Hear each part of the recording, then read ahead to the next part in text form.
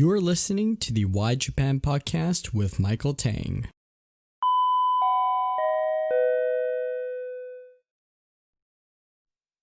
Hey, what's up everyone? Welcome to the third episode of the Why Japan podcast. If you're new to the podcast, every week I interview a new guest who lives in Japan, starting with perhaps the most commonly asked question for foreigners living in Japan: why Japan? If you enjoyed the podcast, please do whatever you can to support us. I've set up a Patreon, which at the moment is very bland, but I will be working on it more, I promise. Any level of Patreon will be greatly appreciated, and every amount I receive will go directly into keeping the show running or expanding it. Please visit us at patreon.com/whyjapanpodcast. Again, that's patreon.com/whyjapanpodcast. A quick announcement and a short story before I introduce my third guest. Starting episode 6, we'll be releasing every episode every other Sunday as opposed to the current every Sunday schedule. I hope you can still enjoy the podcast even though it will be spaced out just a bit more. Now for the quick story, I had recorded the first episode with Marcel on a Sunday, and after the interview he mentioned he was going out to a soccer game. He loves and plays soccer. I edited the podcast and aired it that same night. Later that week on that Friday, Marcel and I had dinner together over at a mutual friend's house, which was a blast. The following day, Saturday, I met with my second guest, Chabedi, to record the second episode. I was messaging with Chabedi the following day, Sunday, and he mentioned that he was also going to a soccer game later that day. That night, I uploaded Chabedi's episode, and almost immediately, Marcel leaves a comment and says, "What the heck? I just met this guy an hour ago." What are the odds that both of my guests, the first and the second, on my show end up meeting each other in Tokyo, where they don't even live close to each other at all? It really just shows how small the world really is.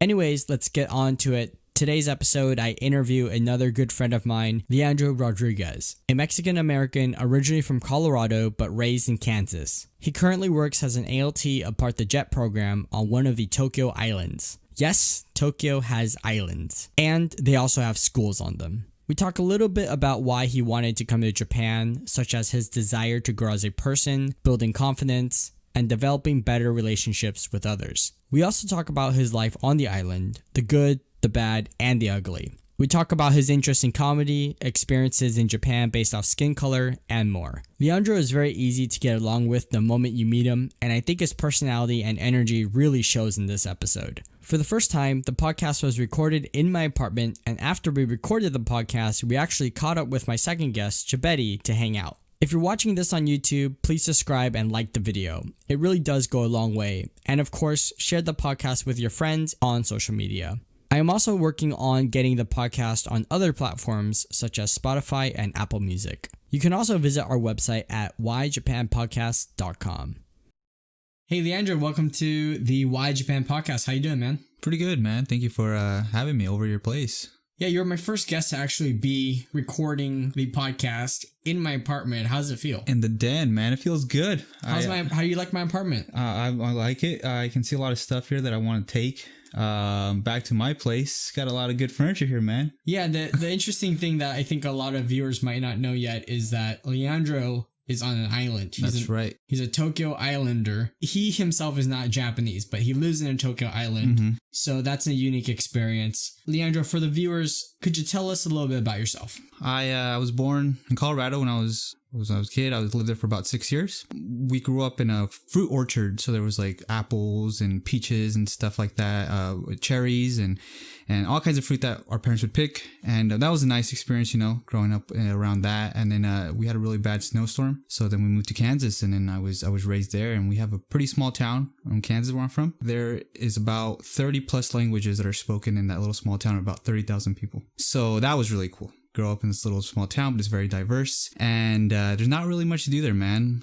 So like I picked up, just doing stupid stuff with my friends, and then I play sports, and that's when I got into, I was always into anime and stuff like that, but when you don't have a whole lot of things to do, you start watching a lot of anime. And then I went to college, didn't really know what I wanted to do, got a public relations major, and I'm here in Japan now, man. So the whole premise of the podcast is I always ask the guests why Japan. Right. You mentioned a little bit earlier about anime, but that's that's not necessarily the entire reason, I'm sure. Or it can be, I don't know. But why exactly did you end up deciding to come to Japan? Like, traveling to see the world wasn't really something that I ever thought about doing. The only time we traveled when I was younger was to go to Mexico to go see family, and that was as much as we did. It was 2009, Thanksgiving. I watched this one movie called 5 centimeters per second by Makoto Shinkai. Do you know it? Yeah, I've heard of it. He's made some really popular movies up recently, Your Name and Weathering With You, which I think is really cool. Weathering With You, the main character of that movie, he's actually from the island where I live in, Kozushima. So they went to the island, and there's some scenes in the movie of my island. Like, there's a patio, like about 30 seconds where I live, that's in the movie. My school that I work in is in the movie. And so I think that's really cool. You know, the movie that I watch, I'm like, oh, this is really cool. Like, he ended up making a movie about, partially, there's a little bit of it, of the island where I live in. So I saw this movie, 5 centimeters per second. And this was the first movie that I really saw that portrayed Tokyo or Japan in this, like, not like superpower shonen, you know, jump style. And I love the atmosphere of the movie. The theme around it is like the sakuras, they fall 5 centimeters per second, whatever. But I just love those scenes of the sakura trees. And then I was like, man, if I could ever travel anywhere in the world, it would be Japan. Now, I've never traveled before in the past. Never really thought about it, but it was in my head. And to me, that seemed like a far off dream, like something I would never do, but just, you know, help you get through the days. I'm like, one day, you know, maybe I'll go to Japan. 2017, I ended up going to Japan for 2 weeks with our school. On the plane back, I was like, I need to do whatever I can to come back to Japan, like a more permanent stay. And so, yeah, man, I met somebody on that trip that was applying for JET, and that was the first time I heard about JET. I saw him get into the program. I'm like, you know, after I graduated, I'm like, you know what? I'll apply. Why not? I did that because, number one, I wanted to see Japan. I loved it. I've grown up watching anime. I've grown up watching Japanese movies. But behind that, the reason why I'm here for me is I want to become a more confident person. I'm not a very confident person. Back home, I have trouble building bonds with people. I have trouble communicating my feelings sometimes. So I figured if I can come to a country where I don't know the language and I can communicate my feelings and I can make friendships and bonds with people, then if I go back home, man, like I hope it gives me that confidence. Okay, so I have a lot to unravel here. There's a lot of questions that came up when you were talking about that. Mm-hmm. You mentioned that you went on this 2-week program. Yeah. Was this part of a short Japan study abroad program that your school had that you saw and wanted to participate in? Yep. It was a little study abroad thing. Bunch of schools from all around the world came and gathered in that one place. It's actually in Ichikawa, Chiba. I was actually going to go there tomorrow just to go see the place again because it was the first place I saw when I was in Japan. So I'm going to go tomorrow.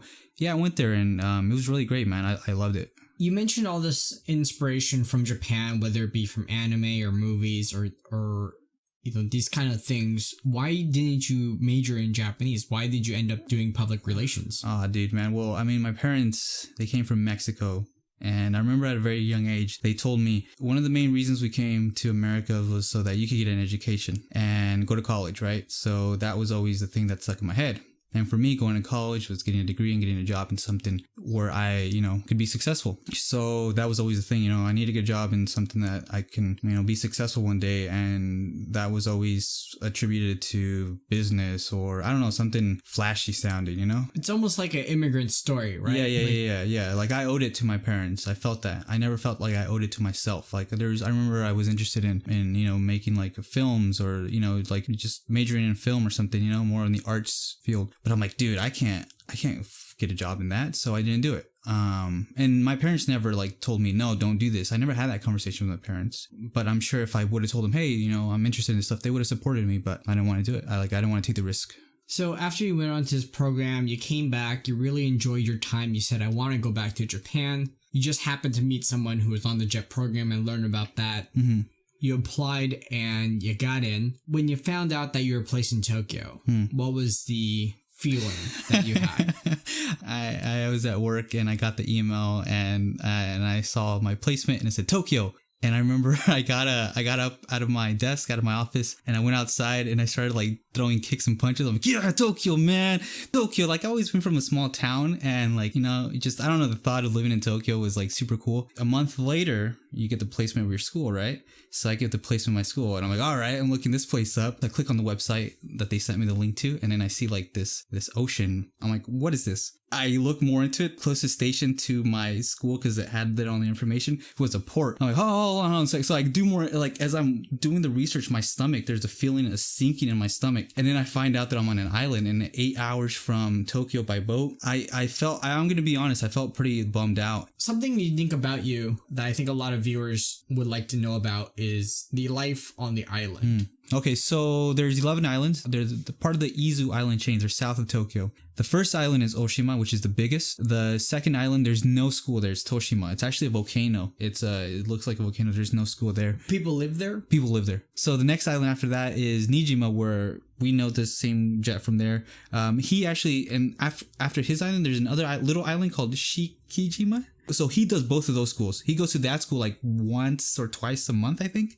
But his school, like it's like a 20-minute boat ride from his to that one. And then there's Mine Island, which is like the fifth one on there. But after that, there's another island called Mikijima. And that one's actually pretty cool. They call it Gas Mask Island because there's so much, like volcano would always be like letting fumes out. So people would have to wear gas masks all the time. And if you look at photos of that island, it's really cool. People are always wearing gas masks like for the weddings and stuff. It looks super cool, dude. I love how you think it's like such a cool thing. But in my mind, it's like these people wearing gas, like this little baby wearing a gas mask. It's creepy, but that's what I think is really cool. Like, I think it looks super cool. Ogasawara is the final island. It's close to the Philippine Sea. It's a UNESCO World Heritage Site. And the jet on that island, I know him. His island is 26 hours by boat. That's the only way to get there. And it only comes by once a week. So that guy is far out. Yeah. So, one thing that's very interesting is that when people come on the jet program, the idea of being placed anywhere in Japan is, of course, the biggest thing that they tell you, because you could be placed anywhere.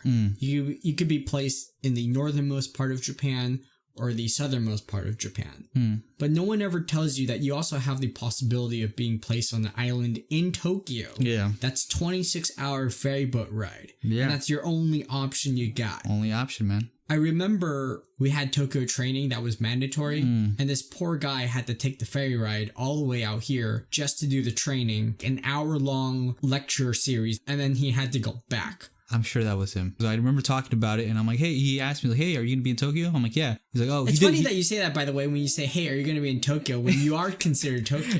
It's weird that we don't consider the islands Tokyo. That's even true, though, man. And nor do you, apparently. I don't consider it. Dude, the community and the feeling of the island that I live in doesn't feel like Tokyo one bit. It doesn't even feel like Japan at all either. It feels very different. It has its own distinct feeling. So you're on this island. You've been there for about a year now. What made you decide to stay again? The main reason I'm staying a second year is because I figured that 1 year wasn't enough for me to really experience what I wanted to experience. The second year, I'm like, okay, I know I'm pretty comfortable in my teaching role now. I'm pretty comfortable with life here. Now let's just focus on the things that are going to help me become a more confident person. That's the reason I'm staying. And I also want to travel a little bit more around Japan. What is some of the differences between living on an island that's considered Tokyo than living main island Tokyo?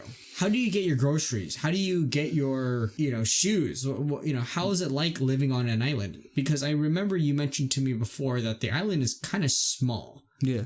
You could walk from one side of the island to the other, or you could even, look out the window and basically see the other side on a clear day. How does it work? How does living in an island work? Well, let's see. On my island, as far as buying things, it's Amazon, man.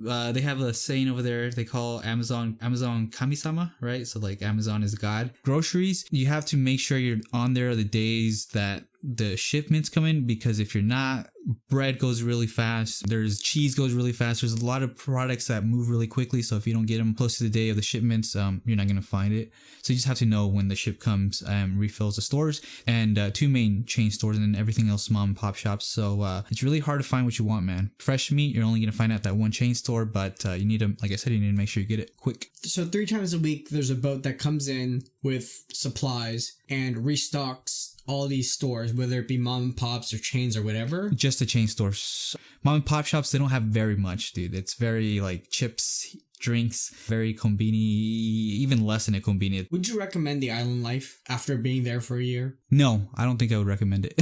I don't think I would. Even that doesn't mean it's a bad thing. It's not. I don't think I just picked Tokyo because I think there's just so many things that I want to do that Tokyo offers, those opportunities that I don't get on the island. Like being on an island, dude, I get so lonely. Like the weather is awful there during the winter. I mean, it's nice during the summer and fall, but during winter and Spring, it's awful, dude. It's cloudy, it's rainy. The wind is like every day average 60 to 70 miles per hour, nonstop. It always takes out the power at school and at our apartment. And there's a day where it's like 100 miles per hour, dude, just all day nonstop. So all you do is stay in your apartment. You stay indoors. You don't really do anything. Those first 8 months, man, those were really tough.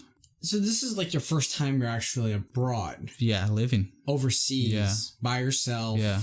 You don't speak the language. It must have been tough. Yeah. So my coworkers, I don't know about other when I hear other Jets talking about the relationship with their coworkers, it kind of seems like they don't have it that often. Dude, I played Call of Duty with the office workers a couple weeks back. We were just playing Call of Duty online and stuff. And like I get during work? No. Okay. This was during the weekend. Like they invited me over to their place. It was all three of them, and we were just hanging out. And then like I call it beach episodes with my coworkers. We go to the beach and we hang out and like I know them on a good personal level. Like all of them are super nice, man. Super nice. Like I'm so lucky with the coworkers I have. They are amazing. Living in an island, I think just that sense of community at school and outside of school can be built so much more easily than outside of the island, I think. How many students do you have at your school? 44. We have about 44 students. I know all of them by name. I've graded all their papers. I've given them all speaking tests. So I know pretty much all about them, except the first years. They're all new, so I don't know a whole lot about them. But this is 44 students between all three grades. All three grades, man. My smallest class is the class that I teach that I lead completely by myself, and that's 7 students, and they're all third years. They're about to graduate. Why do you think that there are people who stay on the island, and why do you think there are people who leave the island? Well, I think I didn't even realize this until maybe 5 months into it. There's a lot of students who live in Tokyo and they choose to come to Kozushima to be in school, like students. They're not even from the island. They choose because it's a beautiful place. Like our island, like it's called, the nickname of the ocean is the Sea of the Gods because it's like super clear turquoise color. It's really beautiful. So the students, I think they come to it because it's beautiful. It's something different, right?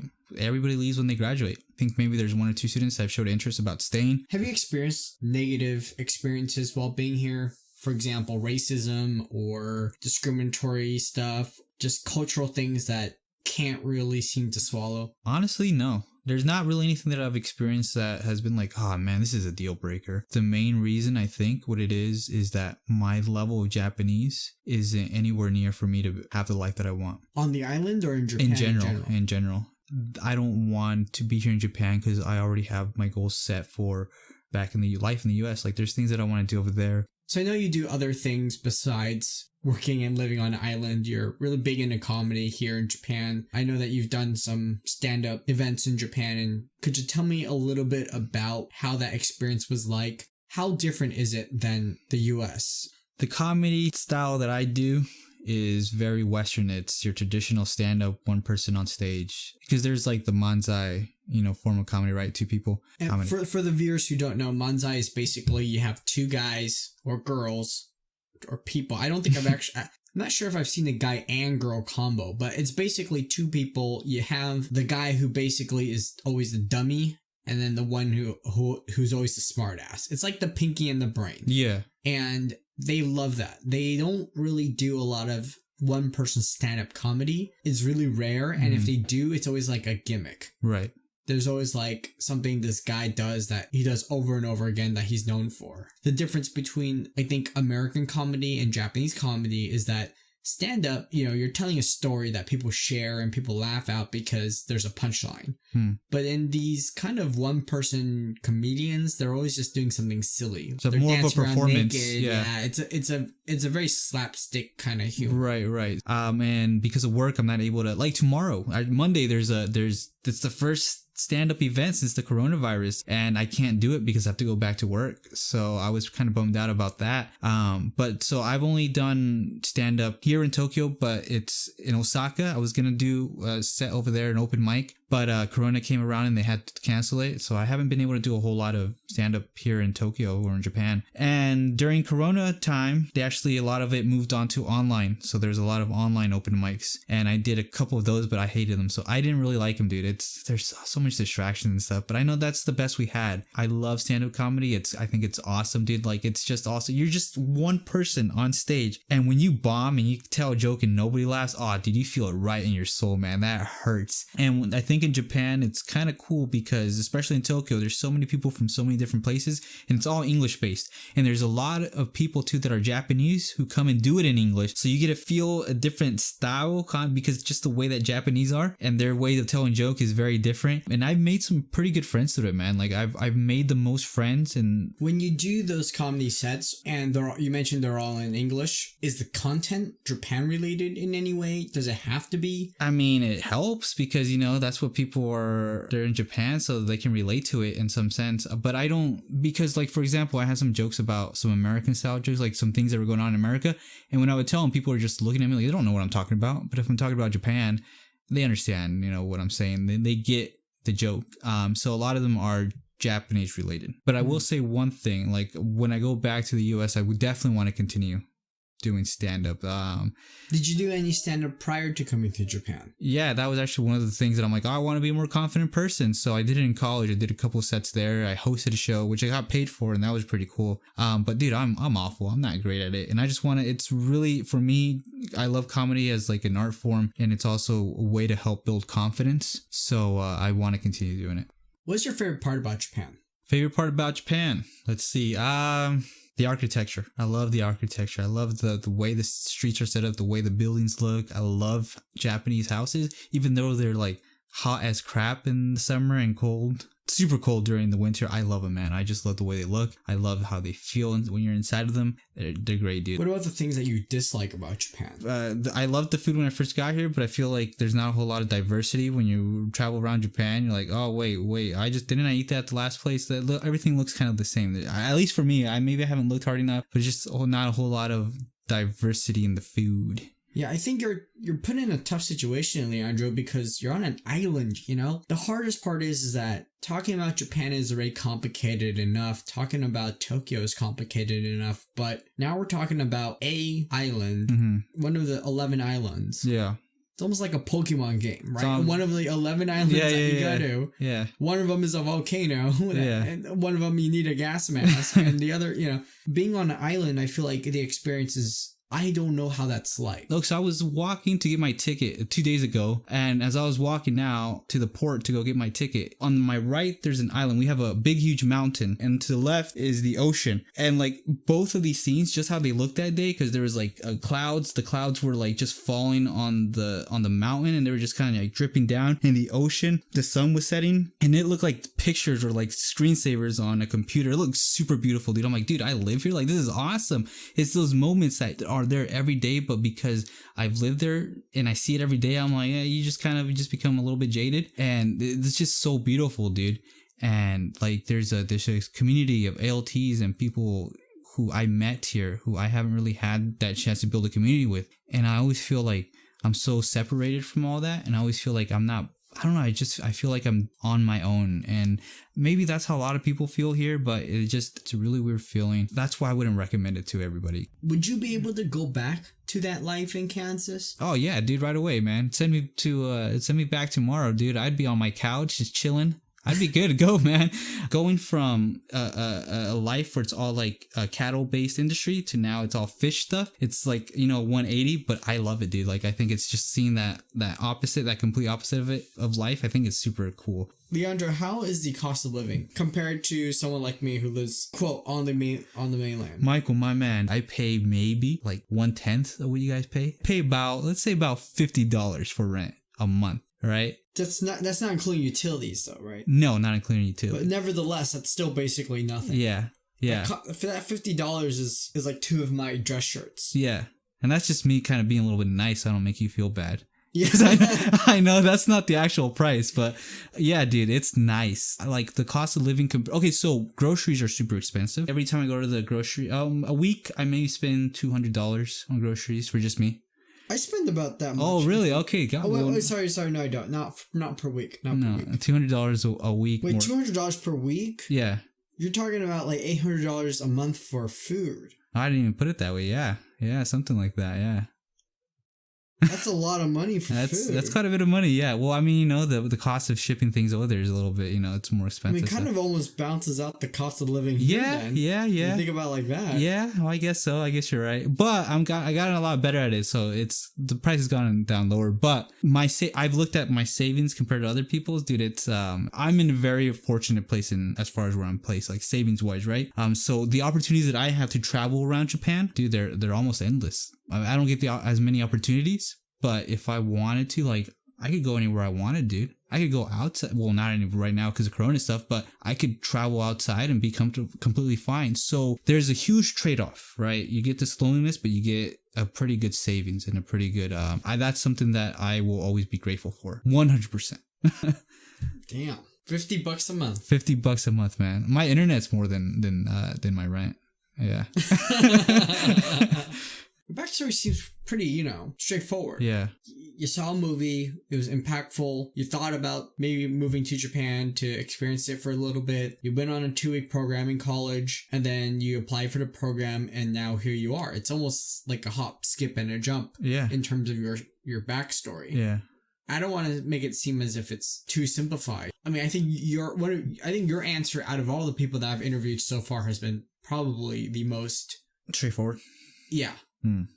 A to B to C, and then your plan, you know, and then D is just simply returning back to Kansas. And yeah. Well, actually, let me ask you a question, Michael. We talked a little bit about this, and we were talking about you know, being Asian and being in Japan and how kind of difficult that is. And then I was kind of thinking about being Hispanic and being in Japan. I think it makes it easier for me, man, because I kind of like blend in a little bit. I know some of my coworkers have told me, you look kind of Japanese, and because especially when I had my long hair. And so when I go to the store, when I go to places, people always speak to me in Japanese, and I always get the feeling that they kind of assume that I know, or that maybe I'm Japanese, so I can blend in more so than other people. But man, you really blend in, right? Like you blend in more so than a lot of people. So how difficult is it being in Japan and being, you know, working here? You know, what expectations are put on you compared to somebody who is American, like, you know, blue eyes, stereotypical blonde hair? Like what kind of, how is that difficult for you? Well, you know, it's something that I always talk about with my friends, is that it's a huge double-edged sword. And on one hand, I could be Japanese whenever I want. And on the other hand, I could be foreigner whenever I want. So it's this flip of a switch that I could do at any time. And being able to speak Japanese helps with that switch even more, because I could definitely pass off as being Japanese when I want to, and I could definitely pass off as being a foreigner by just simply not speaking Japanese or speaking in English. I've personally seen the upsides and downsides to both of that. I've struggled with that a lot personally, because when you think of a foreigner, you never think of an Asian looking foreigner. Right. And in a weird way, that's also kind of discriminatory or racist. Yeah. Because you're assuming that someone is not, as opposed to assuming that they are. So when I say someone is from, let's say, Africa, you're not thinking of a Chinese guy. No. For the most part. No. Yeah. And that's not to say that you're racist or anything, but that's just how we grew up, knowing that, oh, if you're from Africa, you're probably not going to be Chinese. My point is, being an Asian in Japan who's not Japanese, or at least of Japanese descent, it's hard because you have to prove yourself and almost act Japanese because you're Asian, but at the same time, you can't because you're not Japanese. Yeah. And I always explain to my students that I'm American, but my parents are from China. And that idea of being Asian, being foreigner, but that double standard of me having to act more Asian and more Japanese than other people who don't look Japanese is a little tough. I see. I had an experience once. So I studied in Japan for 2 separate years at 2 separate universities in Tokyo.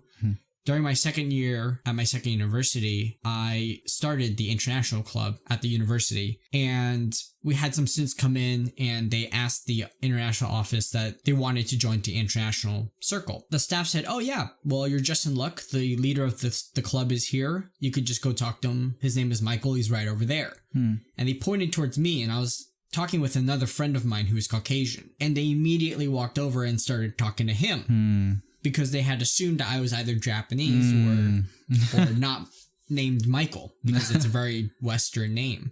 Those are kind of moments that stand out, because I've seen foreigners get stopped on the street simply because they look like a foreigner. But I've also been stopped by the police and have gotten less slack because I'm a foreigner, because I'm Asian looking. That's also American. So you've opened like a Pandora's box. That's probably for a different podcast topic or theme. But yeah, just for me personally, it's been I think the key point is that no matter who you are, based on your skin color or where you're from, the fact that you're not Japanese is a completely different experience from everybody else. It's not Japan versus foreigners anymore, per se. It's more of foreigners within foreigners within foreigners. Yeah. Because you could be from a very diverse background and have different skin color or being raised in a different area and having to explain that or experience that in Japan in of itself is such a unique experience. I can't really even begin to unravel the puzzle. Gotcha. The reason I asked that was just because I wonder, man, just the way that I am and the way that I think, and I jump to things very quickly. So the predecessor that I had, the school that I work at, he was very stereotypical, American. And I always heard things about the students and the workers, like, oh, he was great this, he was great that, And then I'm over here with being Mexican and with my dark... That's a really good point, actually. My friends were saying that to me. They said that, this school got a piece of paper that their new jet is going to be American. His name is Michael. And I show up. I'm 5'2", 5'3" on a good day. I'm Asian, and clearly Asian. Not even like, is he Asian? But clearly Asian. Yeah. Who speaks Japanese. And they were very confused. Yeah. I mean, the staff were very confused. But also, even the other jets were confused. Chabedi, my last guest, was also very surprised when I spoke Japanese during our orientation. Yeah, I was just, as you said, busted it out. Yeah, you busted it out, man. It's like you just had it like a superpower, I'm Mexican, and my jet, was this typical American. I use that as an advantage. I use that to teach my students that being American or being whatever, it doesn't have to be a particular race or skin color. I always teach them that it could be anybody. Right. And I point to them and I say, you could be American. Right. Because you just can't assume that they're not. Yeah. And I always show this picture of this, stereotypical diverse picture of different people. And I say, who in this picture is American? And I always say it could be anybody. It could be one person, or it could be nobody. They could all be Canadian, or they could all be German. Yeah. And the whole point is that for Japanese people, the idea of an American is a stereotypical image, and they can't really, at least just yet, grasp the idea that an American can be Mexican. Yeah. An American can be Chinese. Yeah. Or even Japanese. Yeah. Yeah. And I even sometimes get in, if it gets really complicated, I even tell them, what if someone who's Japanese, who grows up in France, who has a father who's half this, half that, they went to middle school in another country, they went to high school in another country, they went to college in another country, they studied abroad during college in another country. What are they? And I think that's what it means to be a global citizen or global person, is that you have no one true home. You're just kind of who you are based off your past experiences. Right. Being in Japan, explaining that to people or showing them that you can be non-Caucasian, blonde hair, blue eyes. This person can be just as Japanese as you are, or they could be just as American as I am. Yeah, that's very true. Actually, I really love that you said, like, if you showed them a picture who is American, and the students are like, oh, I think that's really great. By the way, the teacher can't answer that question. They can't get it out. The whole point of it is that you just don't know. Right, you just don't know. And you can't assume. You can't judge a book by its cover. Right. And I love that. I think that's really cool. And see, I didn't think, like, being Mexican, being able to speak Spanish, I never thought that was, like, special. Because back where I'm from in Kansas, like where I live, there's so many people who speak Spanish. Like almost half of the population where I live speak Spanish. That's crazy to me, because again, this is me being a complete hypocrite. Yeah. My stereotypical image of Kansas is Wizard of Oz. Oh, yeah. Yeah, dude. Yeah. Meat industry is big, man. There's a lot of immigrants over there. No, I mean, I take it further. I mean, I just imagine straw people and fucking people in lion costumes walking around. Yeah, dude. No, I absolutely do. Where I live, there's a lot of people there's Hispanics, Guatemalans, Salvadorians, people from Cuba, Puerto Rico. There's people from Vietnam, Laos, Burma. Huge Somalian community is coming now as refugees and stuff like that. So like, dude, there's a whole lot of people there, right? Where I live, just 30,000 people. So I never thought speaking Spanish was special because so many people spoke so many different languages. But when I came to Japan, and then on that island specifically, my JT was like, hey, Leandro can speak Spanish. And the students were like, eh? And they were so surprised. And that was the first time in my life that I was like, oh, dude, this is like kind of cool. Like I can actually bust Spanish out. I always felt weird because when I would go to Mexico, people knew that I wasn't from Mexico. They have an accent. And then when I would be in America, I would also have this accent as well, growing up. And people would, and also I took ESL classes, so I didn't feel fully American. And I never took ESL classes. Yeah, dude, I was I grew up only knowing Spanish. Like my parents only spoke to me in Spanish. So when I was in elementary school up to like high school, dude, they had me in ESL classes. I'm like, why am I in ESL in high school? Like I completely thought that I'd be out of it, but no, I was in ESL, man.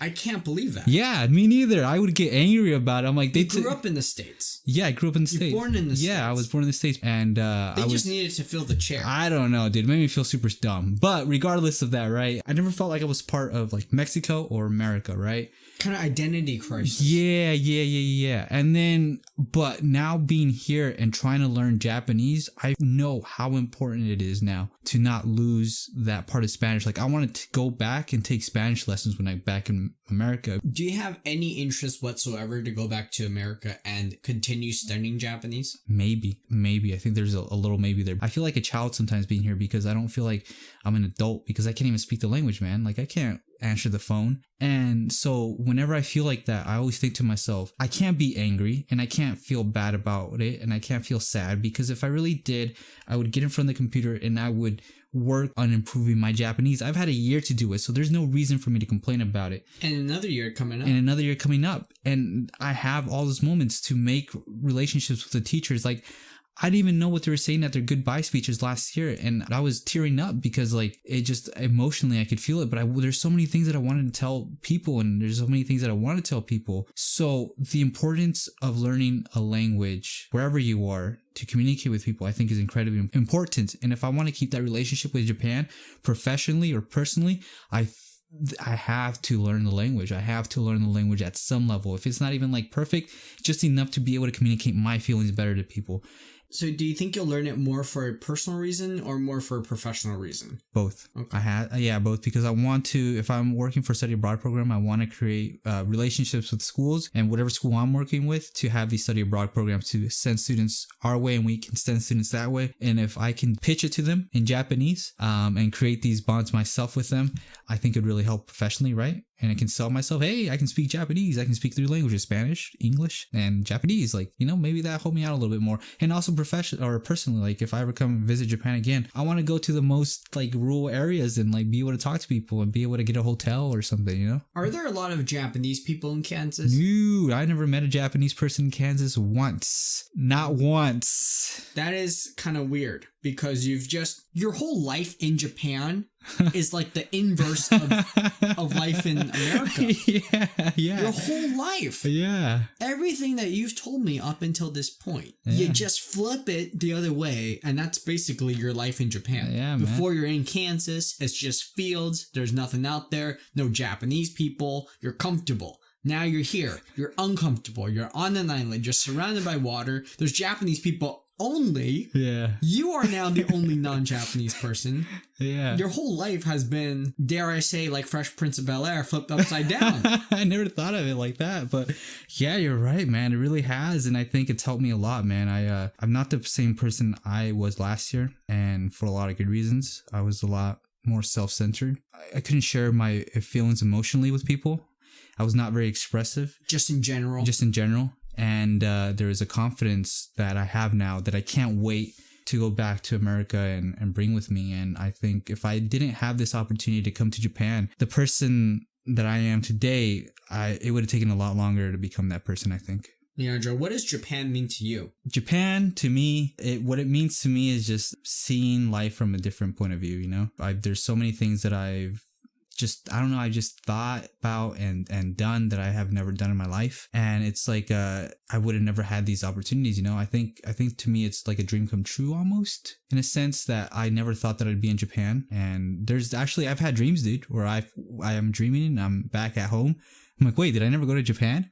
And then I wake up, I'm like, oh, I'm in Japan, dude. Like, this is awesome. Dude, you're going to get the reverse when you go back. I'm telling you right now, because I've had that experience before where I've been sleeping in my room in America, and then I would imagine I'm in Japan, back in Japan. Yeah. And I would wake up and I'm like, I'm not in Japan anymore. Yeah. And now you're having that reverse. I'm having that reverse experience. What is wrong with, dude? You're like the complete reverse, man, of everything. I don't know, man.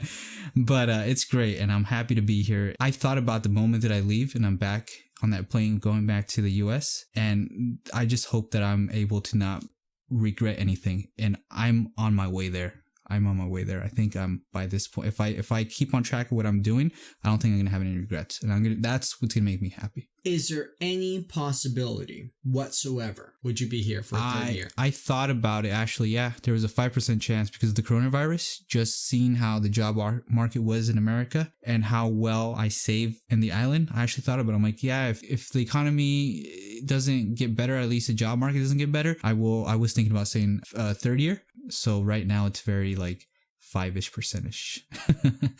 All of my guests have one thing in common, and that's relationships, and that's family. And you're kind of bringing that up too, where... Well, let me tell you something, Michael. Life is all about relationships, man. I was always by myself, and I was comfortable by myself. I never told my friends how much I cared about them, and I never told my family how much I cared about them, and I finally did, and I'm thousands of miles away from them, and I did it, you know, and I did all these things. These are things that helped me not be lonely anymore, but I had never told them how much I cared about them. I never had the relationship I have with them or with my parents ever in my life until now, because I actually you kind of take things for granted. Yeah. So I told them things that I've never told them before in my life, and that made me feel emotionally clean, like I have an emotionally clean slate. And now that I have this relationship with my parents, a more mature relationship, I just want to keep building on that. And I think everybody needs relationships, whether it be friends, romantic, whatever. That's what we are, man. That's driving force anywhere, you know? All right. Well, with that said, that would be the end for today's podcast. Thank you so much, Leandro, for being on the show. I really appreciate you coming out all the way from the island, folks. He came out. This guy took a ferry ride. It was a 10 hour? Yeah, 9 hour. 9 hour ferry ride plus train ride all the way out to my house in West Tokyo to do this podcast interview. Dude, it's just nice talking to somebody in English. I have not spoken this much English since February, so this is great. I'm loving it, man. Well, thank you again, Leandro, so much for being on the podcast. I wish you the best. Of course, we're going to keep in touch. I'm excited to see where life takes you, and hopefully you could join me on this podcast again before you leave back to the States. Yeah, man, for sure. I'm excited to go get something to eat. All right, sounds good. Thank you so much. And that wraps up episode 3 of the Why Japan podcast with Michael Tang. I had a blast talking and laughing with Leandro throughout the entire recording process. Again, if you could support us on Patreon, any amount would help and goes directly back into the show. Please share it on your social media or to those who may be interested, and follow us on Facebook or Instagram at Why Japan Podcast. Special thanks to Manuel Sanchez for the artwork. I hope you tune in to next week's episode of the Why Japan podcast with Michael Tang. I'll see you next time. Bye-bye.